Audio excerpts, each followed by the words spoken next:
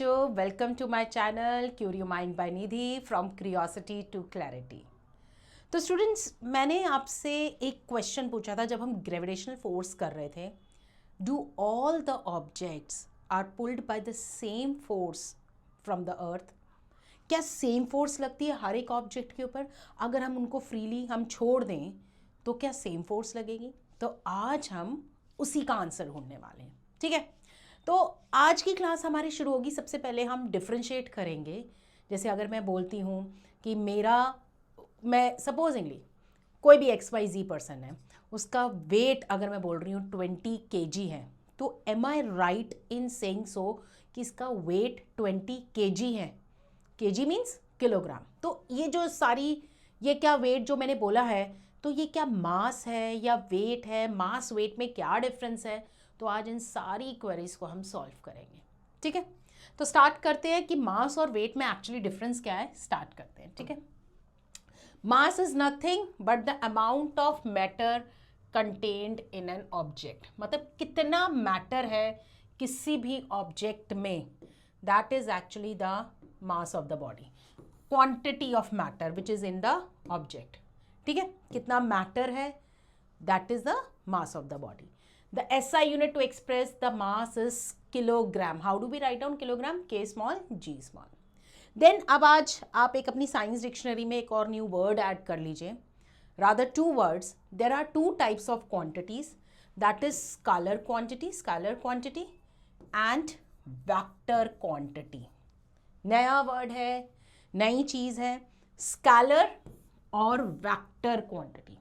Scalar quantities वो quantities होती हैं जिनके लिए हमें स्पेसिफाई करने के लिए सिर्फ मैग्नीट्यूड चाहिए. मैग्नीट्यूड का मतलब है हमें सिर्फ अमाउंट बताना है.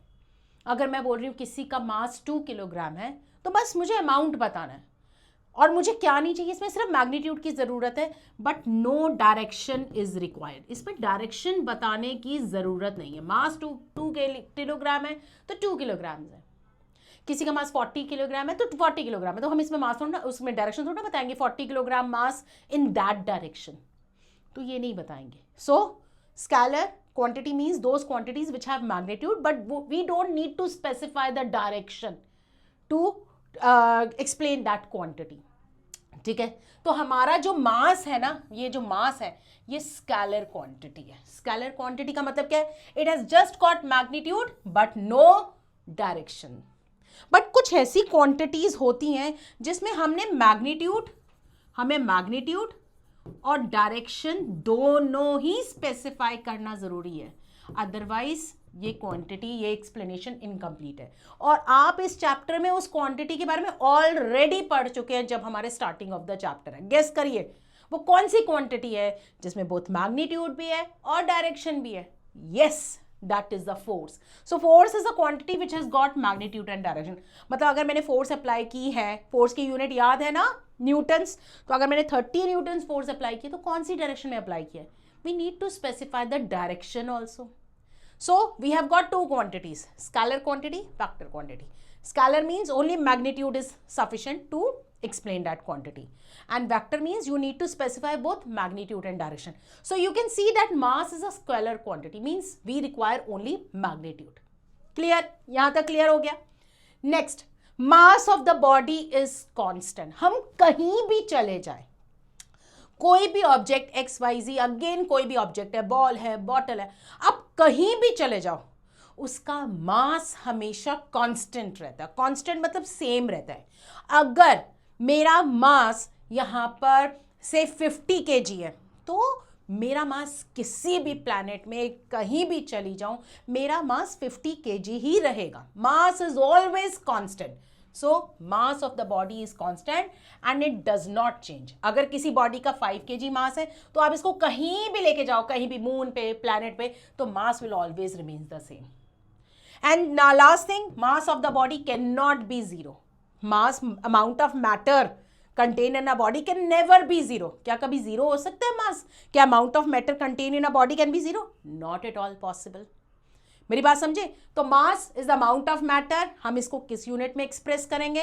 और बाकी 3 पॉइंट्स जो हैं जैसे हम किस यूनिट में एक्सप्रेस करेंगे, क्योंकि हम इसमें किलोग्राम बता रहे हैं तो that means it is a scalar quantity. देखो पॉइंट्स कैसे इंटर रिलेटेड है।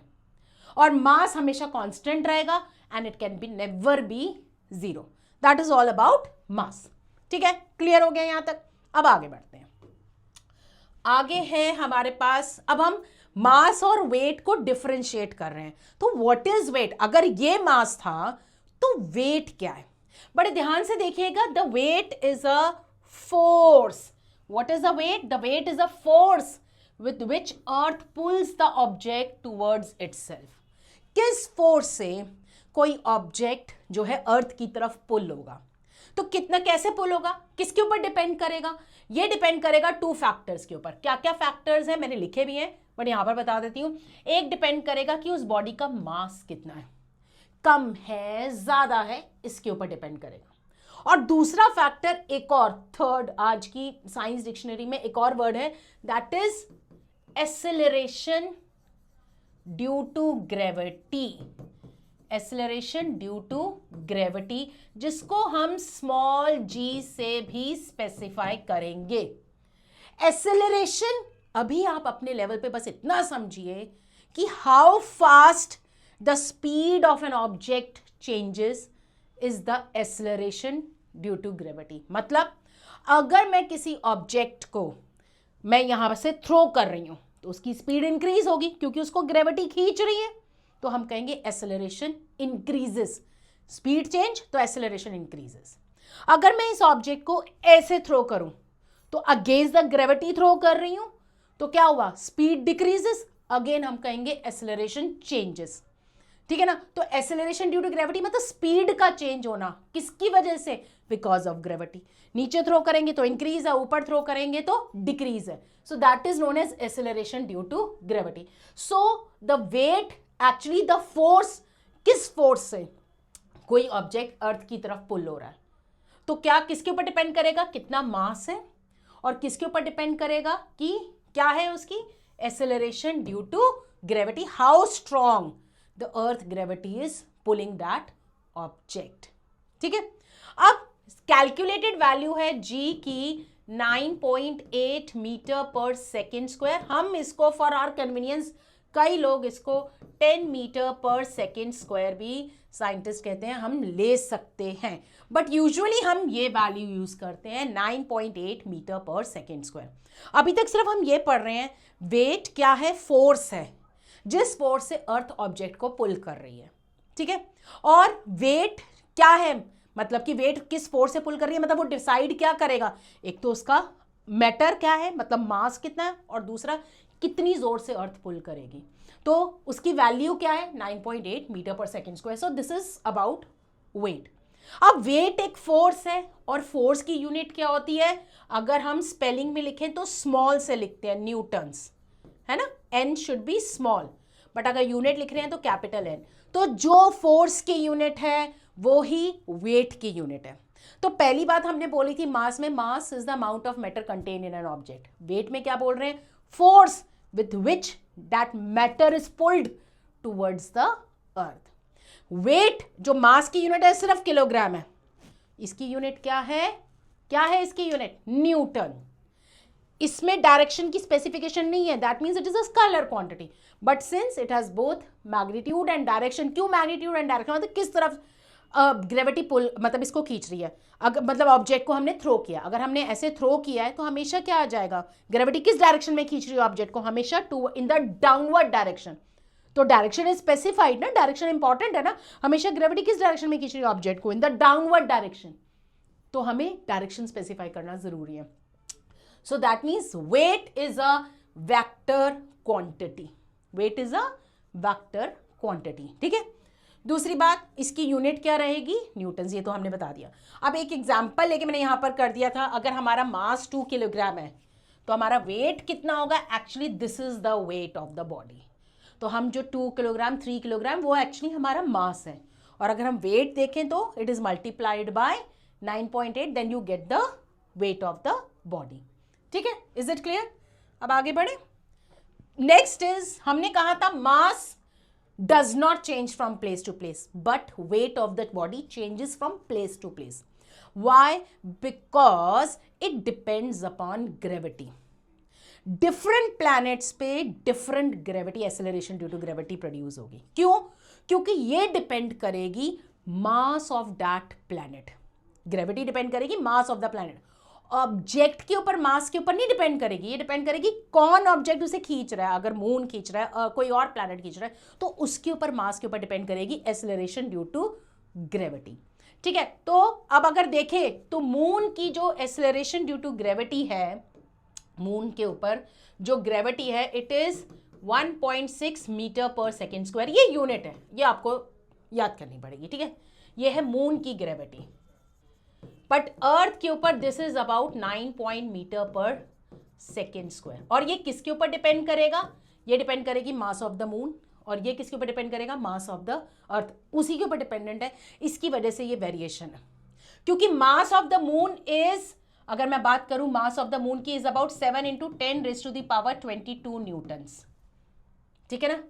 और सॉरी, किलोग्राम, मेरी correction, I have to correct this, I am talking about mass. और अगर इसके मास की बात करूं, दिस इज अबाउट 6 × 10⁻24 किलोग्राम। तो किसका मास ज्यादा हुआ? ये हैव टू सी 24, ये 22 है। नेचुरली आपको पता ही होगा ये मैथ्स में, ये बड़ा है, तो जिसका मास ज्यादा है उसी का ग्रेविटी भी ज्यादा है। ठीक है, तो ये डिफरेंस इन ग्रेविटी है। ठीक है, बिकॉज ऑफ दिस। अगर मैं बोल रही हूं wait of the earth on moon is, अगर हम बोल रहे हैं मास 5 kg है, अगर हम बोल रहे हैं कि मास 5 kg है, तो वेट कितना रहेगा? 5 × 9.8 विच इज 49 न्यूटन। और अगर मून पे बात करें तो वेट कितना हो जाएगा? 5 × 1.6। तो कितने, कहां पर लेस है हमारा वेट? कहां पर है? मून पे लेस है। Got my point? और कितना लेस है? Almost 6 times. अगर 8 को मल्टीप्लाई करेंगे 6 से, तो 8 × 6 = 48, मतलब 6 टाइम्स लेस है हमारा वेट मून के ऊपर। हम इसको प्रूव भी कर सकते हैं, जैसे अगर हम वेट ऑन द मून लें और वेट ऑन द अर्थ लें, आपको पता है मास रिमेन्स, अगर मून पे जाओ, अर्थ पे जाओ, मास तो सेम ही रहेगा। आप 60 ले लो, 70 ले लो, कुछ भी ले लो, सेम रहेगा।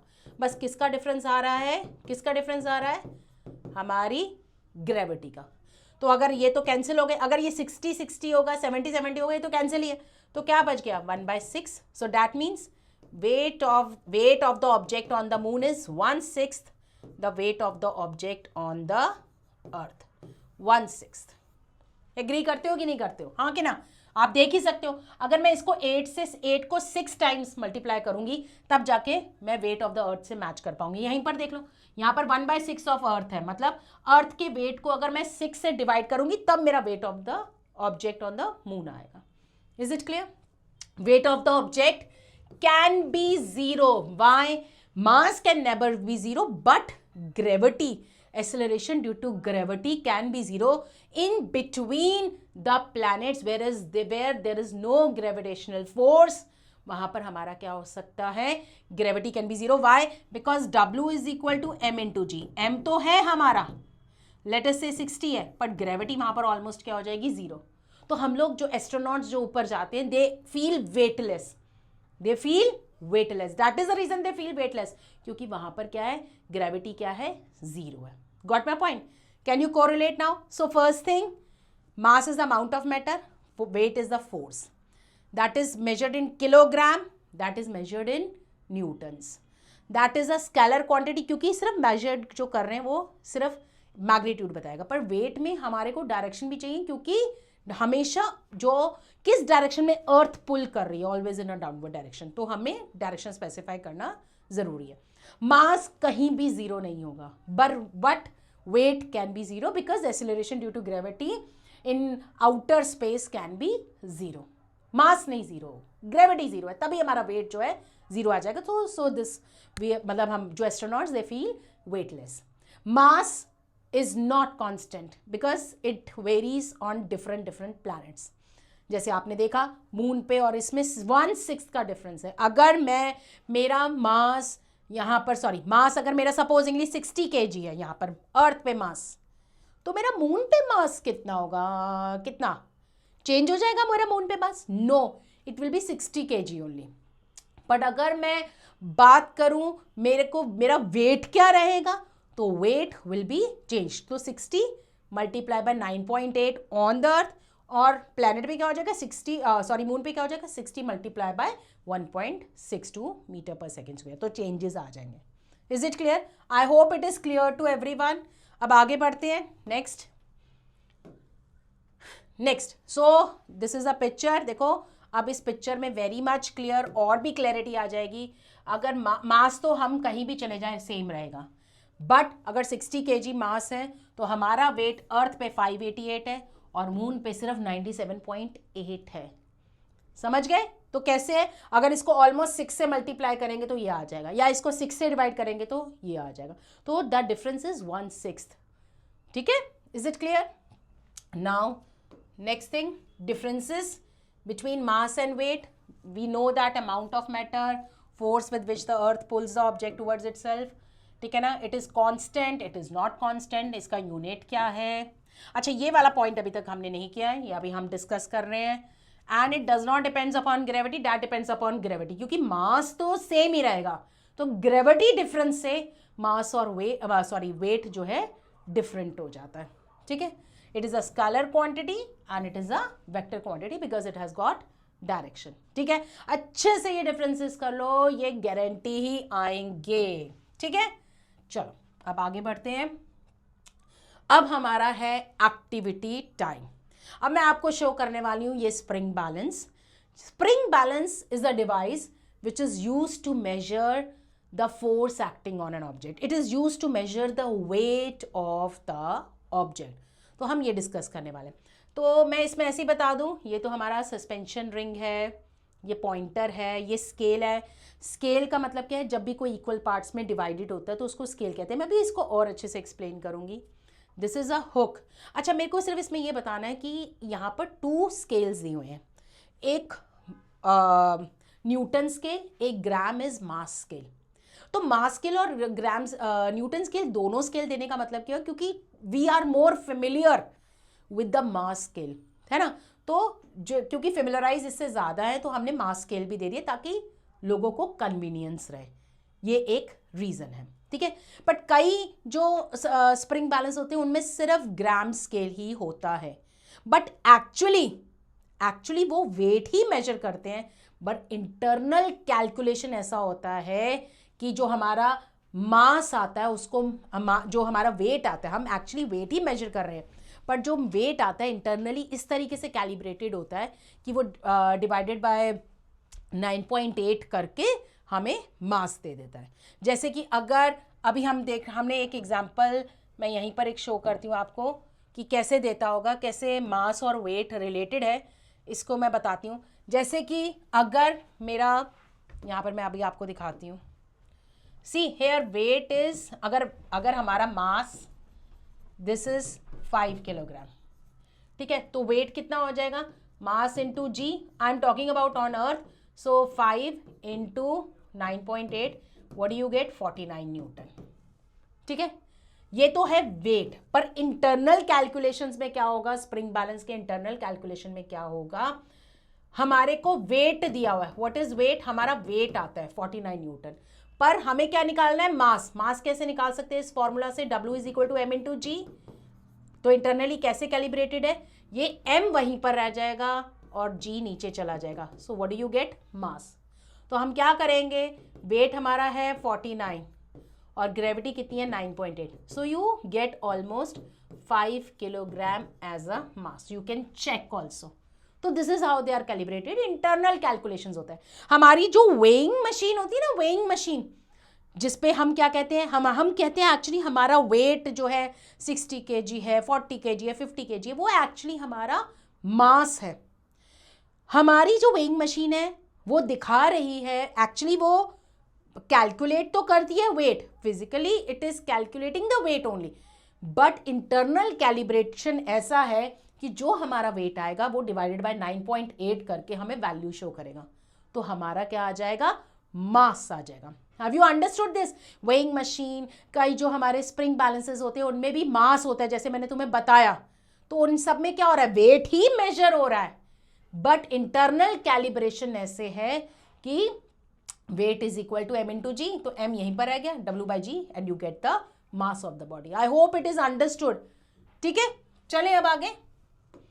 चलो now the next thing is, this is the difference and now चलो हम इसको और डिटेल से एक्टिविटी करके मैं आपको स्प्रिंग बैलेंस के डिफरेंट कंपोनेंट्स दिखाती हूँ और डिस्कस करती हूँ कि कैसे spring balance is use to measure the weight of different object. बेटा this is a spring balance, ठीक है. इस स्प्रिंग बैलेंस में this ring part is actually the suspension ring, जो मैंने आपको बोर्ड पे भी दिखाया. सस्पेंशन रिंग मतलब जहां से मुझे इसको हैंग करना है. मतलब मैं सारा टाइम तो हाथ में पकड़ के नहीं रख सकती, तो कहीं से मैं इसको हैंग कर दूंगी. This part, this is known as plastic casing. कई स्प्रिंग बैलेंस में मेटल का होता है तो उसको मेटल केजिंग कहेंगे. दिस इज प्लास्टिक केजिंग, ठीक है. This is known as hook, जहां से मैं डिफरेंट ऑब्जेक्ट्स को हम हैंग कर सकते हैं. ये है कहीं स्प्रिंग बैलेंस को हैंग करने के लिए दिस रिंग पार्ट, और ये किस लिए, डिफरेंट ऑब्जेक्ट्स को हैंग करने के लिए. अभी देखेंगे कैसे. दिस यू कैन सी, ये जो है स्पाइरल्ड, ये coiled rather thing is spring, ठीक है. और सबसे इंपॉर्टेंट चीज आप इसमें दो चीजें देख सकते हो. एक तरफ लिखा है newton scale, this N capital is newton. Newton का मतलब क्या है, ये फोर्स बता रहा है या क्या बता रहा है, वेट ऑफ द बॉडी बता रहा है. और दूसरी तरफ लिखा है ग्राम्स. ग्राम्स या kilograms indicate mass of the body. Mass की एसआई यूनिट किलोग्राम है, but we can use other units also for mass. One of them is grams, ठीक है. So this scale indicates both weight and the mass being calculated here. वो कैसे calculate किया है ये अभी बताएंगे. तो ये ऐसे है. अब क्या है कि मैं कोई भी वेट अगर सपोजिंगली लेट अस से मैं अभी और डिटेल में बताऊंगी, मैं कोई भी वेट इसके साथ सस्पेंड करूंगी तो आप देखो ये मैंने लटकाने के लिए काम किया है, ये इसको कहीं हैंग करने के लिए यूज करेंगे. तो कोई भी वेट को अगर मैं सस्पेंड करूंगी तो क्या स्ट्रेच हो रहा है, स्प्रिंग स्ट्रेच हो रहा है. Spring is stretching. जितना ज्यादा मैं ऑब्जेक्ट का, जितना ज्यादा मैं बड़ा ऑब्जेक्ट लूंगी उतना ज्यादा ये स्प्रिंग स्ट्रेच होगा. इसका मतलब जितनी ज्यादा फोर्स अप्लाइड होगी, जितना ज्यादा वेट होगा ऑब्जेक्ट का. वेट का मतलब क्या है, इसका मास मल्टीप्लाई बाय कितनी फोर्स से ग्रेविटी उसे खींच रही है, तो that is the weight of the body. तो जितना ज्यादा वेट होगा उतनी ज्यादा स्ट्रेचिंग ऑफ स्प्रिंग होगी, जिसको हम कहते हैं Hooke's law. HOOKS, Hooke's law, which says, Hooke's law says कि जितना ज्यादा स्प्रिंग का स्ट्रेचिंग उतना ज्यादा वेट ऑफ द बॉडी. और ये जो राउंडेड पोर्शन देख रहे हो ना बीच में, ये जो नीचे नीचे राउंडेड पोर्शन, ये round portion, it is acting like a marker जो आपको बताएगा कि वेट कितना है और कॉरेस्पॉन्डिंगली आपको क्या बताएगा, मास कितना है. समझ गए. बट इसको कैलकुलेट करने के लिए आप देख सकते हो इसकी वैल्यू समवेयर बिटवीन 4 और 5 आ रही है. तो 4 और 5 के बीच में वैल्यू आएगी. एग्जैक्ट 4 आती तो हम कहते हैं 4 न्यूटन वेट, है ना. पर ये तो 4 और 5 के बीच में आ रही है. तो ये जो छोटी छोटी लाइंस है, क्या इनकी भी कोई वैल्यूज है? बिल्कुल वैल्यू है. और हम इसको कैलकुलेट करेंगे. लीस्ट काउंट, हम इनको क्या कहते हैं, लीस्ट काउंट. ये जो 4 और 5 के बीच में छोटी छोटी लाइंस है ना, हम इनको कहते हैं लीस्ट काउंट, ठीक है. तो अब अगर मैं स्प्रिंग बैलेंस को इस तरीके से देखूं, ये न्यूटन वाली साइड, तो 0 के बाद कितनी लाइंस हैं, 1 2 3 4 5, फिफ्थ लाइन पे 1, अगेन 1 2 3 4 5, देन 2, देन 1 2 3 4 5, देन 3. तो हर एक के बीच में इक्वल गैप है और वो गैप कितने का है, 5 का, है ना. 5 का गैप है. ऐसी 3 4 5 6 7 8 9 10, है ना. तो सबके बीच में इक्वल गैप है. तो सच टाइप ऑफ स्केल्स जिनमें इक्वल गैप्स होते हैं उनको हम कहते हैं ग्रेजुएटेड स्केल. इवन हमारा थर्मोमीटर जो है ना वो ग्रेजुएटेड स्केल है उसके ऊपर. तो दिस इज ग्रेजुएटेड स्केल. अब एक्चुअली हमारा मेन पर्पस क्या है, 3 4 5, हमारा मेन पर्पस क्या है, ये जो छोटी लाइन है इसकी वैल्यू कैलकुलेट करना. और इस छोटी लाइन की वैल्यू कैलकुलेट करने के, इस छोटी लाइन की क्या वैल्यू होगी उसको हम कैलकुलेट करते हैं with the help of which is known as least count. Least count क्या होता है, डिफरेंस बिटवीन, डिफरेंस का मतलब क्या होता है, सबट्रैक्शन करना. डिफरेंस बिटवीन को हम ऐसे भी लिख सकते हैं, difference between two consecutive consecutive numbers divided by, ये गारंटी पेपर में आएगा, total number of divisions between them. कोई भी न्यूमेरिकल आए बेटा, total number of divisions between them, आपको फॉर्मूला लिखना बहुत जरूरी है। You have to write down the formula. तो लीस्ट काउंट के difference between two consecutive numbers divided by total number of divisions between them. आप कोई भी दो कंसेक्यूटिव नंबर ले लो। कंसेक्यूटिव का मतलब होता है एक के बाद एक। मैं कोई भी दो नंबर्स ले सकती हूँ, या तो 1 2 लूँ, या 0 1 लूँ, 2 3 लूँ, 3 4 लूँ, 4 5 लूँ, मेरी मर्जी। कोई भी दो नंबर्स लूँ, पर वो दोनों एक साथ होने चाहिए। तो सपोजिंगली मैंने दो नंबर सेलेक्ट किए 4 और 3, तो मुझे इनका क्या निकालना है? डिफरेंस। नेचुरली डिफरेंस निकालने के लिए मैं बड़े नंबर को पहले लिखूंगी और छोटे नंबर को बाद में लिखूंगी। सो this is 4 Newton's minus 3 Newton's divided by, इनके बीच में कितनी लाइंस है? कितनी लाइंस कैलकुलेट की थी? ये देखो 1 2 3 4 and this is 5th line. तो कितनी हो गई लाइंस इनके बीच में? 4 और 3 के बीच में कितनी लाइंस है? 5 lines.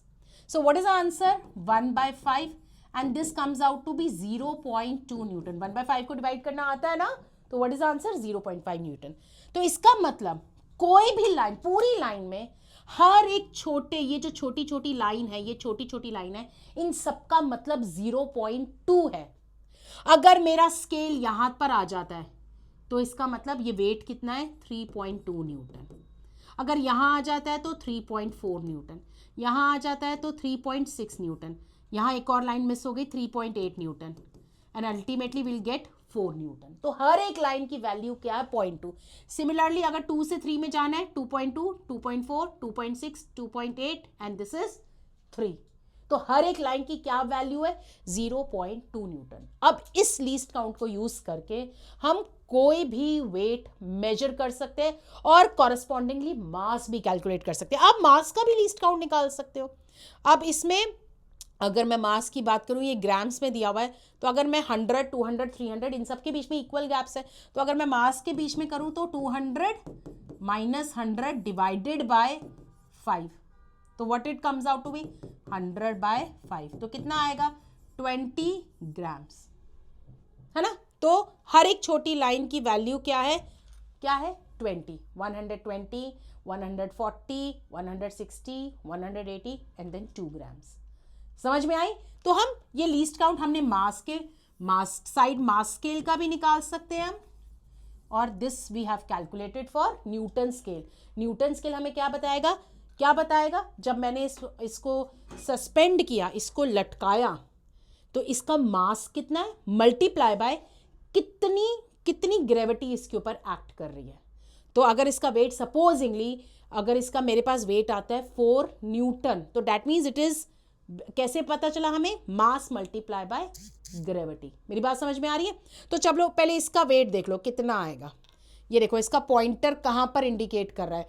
I think around second line, 4 और 5th के बीच में जो सेकेंड लाइन है। तो हर एक छोटी लाइन का मतलब क्या? 0.2, तो 4.2 4.4। तो इसका वेट कितना है? इसके ऊपर कितनी फोर्स एक्ट कर रही है? 4.4 न्यूटन्स। Got my point? अब दूसरा एक और ऑब्जेक्ट ले लेते हैं। हमारा एक और क्वेश्चन सॉल्व हो रहा है इससे, वो अभी बताओगे, तुम खुद ही आंसर बताओगे। अब ये मैंने ज्योमेट्री बॉक्स ले लेते हैं। अगर मैं इस ज्योमेट्री बॉक्स को हैंग करती हूँ तो देखो ज़रा कितना आ रहा है? ऑलमोस्ट, यस, ऑलमोस्ट इसका आंसर देखो एग्जैक्टली 3 पे आ रहा है। तो इसके ऊपर वेट कितना है? What is the weight of this geometry box? 3 Newton's. Different objects different weight, gravity तो सबके ऊपर सेम ही एक्ट कर रही है ना। तो क्या डिफरेंस आ रहा है? What is this? वेट क्या है? मास इनटू ग्रेविटी, तो इसलिए डिफरेंस आ रहा है। और अगर मैं मास देखूं तो इसका कितना होगा? 300 ग्राम्स, है ना। Is it okay? और अगर मैं इससे भी छोटा वेट ले लूं, that means does the earth pull all the objects with an equal force? No, because it depends upon the mass. इसका मास तो देखो कितना ही कम आ रहा है, 0 और 1 के बीच में। I think it is coming on 3rd line, तो 0.2 0.4 0.6, इसका मास सिर्फ 0.6 न्यूटन है।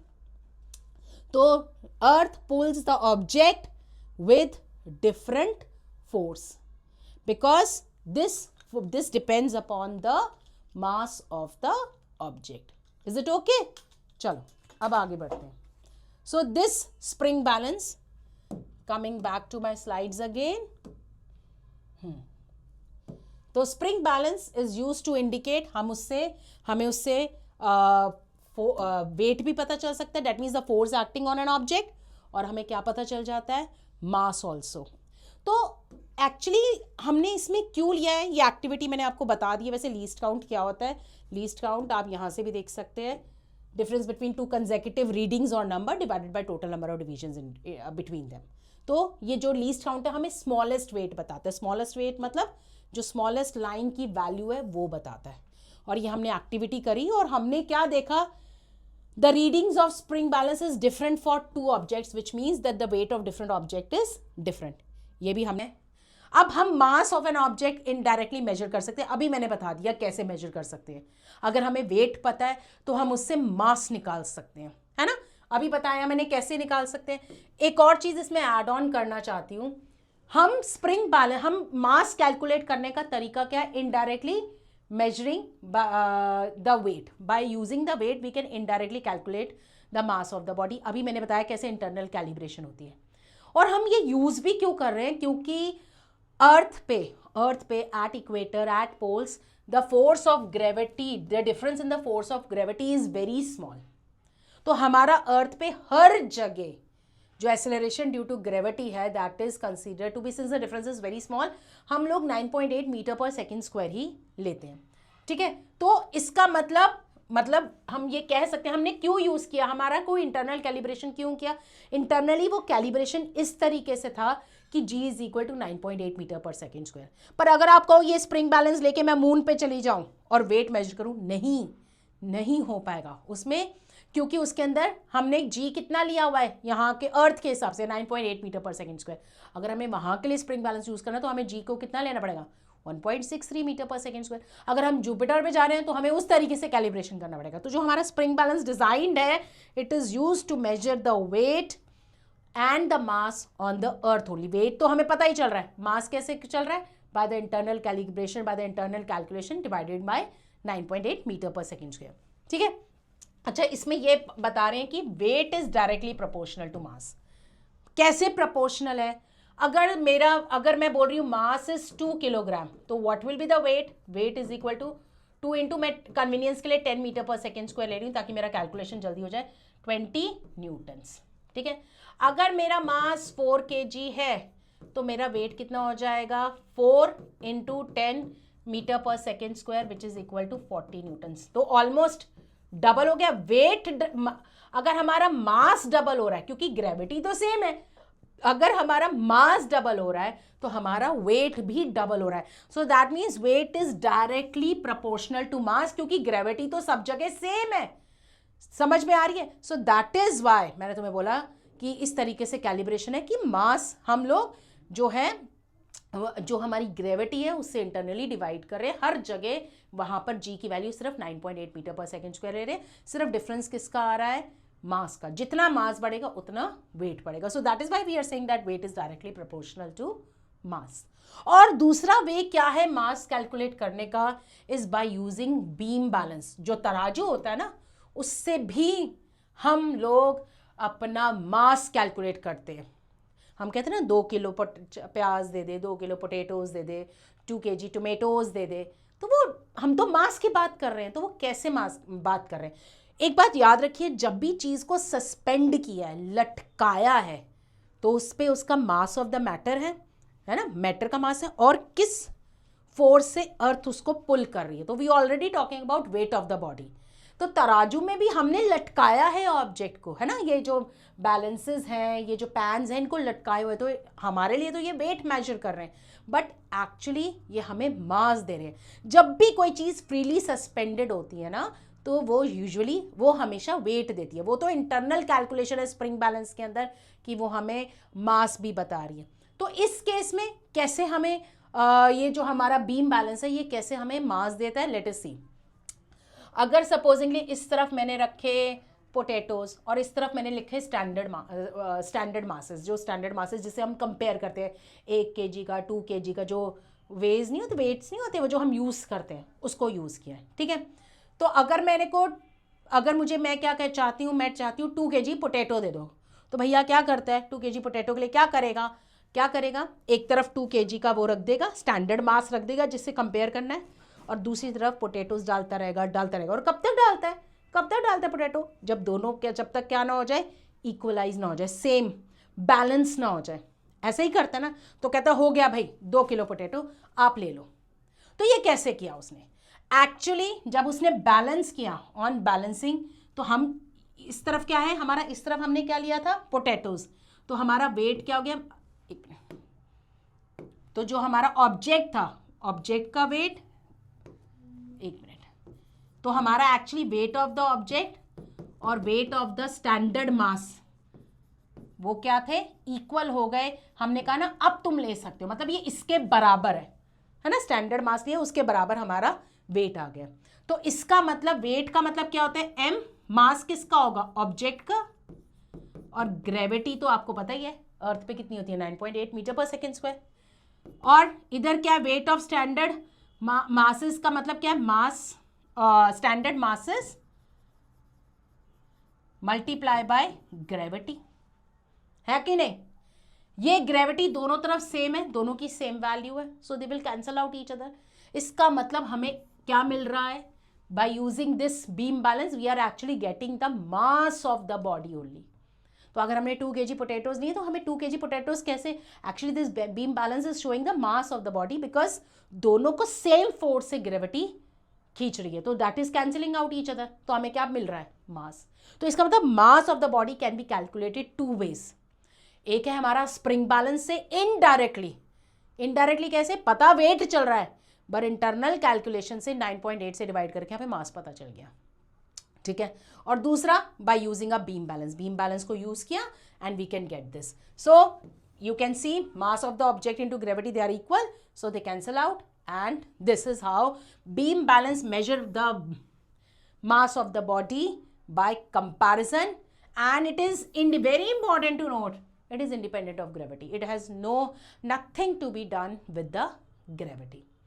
I hope it is clear to everyone, क्योंकि ये बात तुम्हारी एनसीईआरटी बोल रही है कि मास को मेजर करने के लिए 2 वेज हैं, या तो आप स्प्रिंग बैलेंस से इनडायरेक्टली मेजर करो, और आपने इनडायरेक्टली देख ही लिया कैसे मेजर करना है, इसको क्रॉस कर सकते हैं, इनडायरेक्टली कैसे मेजर करना है आपने देख ही लिया है कि हम weight is equal to M into G है, तो एम निकाल सकते हैं, वेट डिवाइडेड बाय ग्रेविटी, तो हमें पता चलेगा, क्योंकि ग्रेविटी तो सब जगह सेम है। तो इंटरनल कैलिब्रेशन इसलिए कि हमने 9.8 से इंटरनली कैलकुलेट करके वो हमें दे रहा है। और दूसरा कैसे निकाल सकते हैं, by using the beam balance, जिसमें ग्रेविटी दोनों तरफ सेम है, दोनों को सेम फोर्स से पुल कर रही है, तो हम कैंसिल आउट करेंगे। इसका मतलब mass of the object is mass of the standard mass of the body, so this gives us the mass of this object actually, और उससे हमने मास कैलकुलेट कर लिया। So this is about weight and mass concept, and then हम next class में करेंगे concept of floating and sinking. Thank you so much बेटा। आजा, कहाँ गए, हो गई, कितनी देर का हुआ है, इसमें ना बीच में एक गलती हुई है, वो ना रेक्टिफाई करनी है, वो बीच में एक्टिविटी भी डालनी है ना इसमें, बोल दिया था आपने वो, हाँ ये वो आपका 30 मिनट का, हाँ, तो बीच में एक्टिविटी भी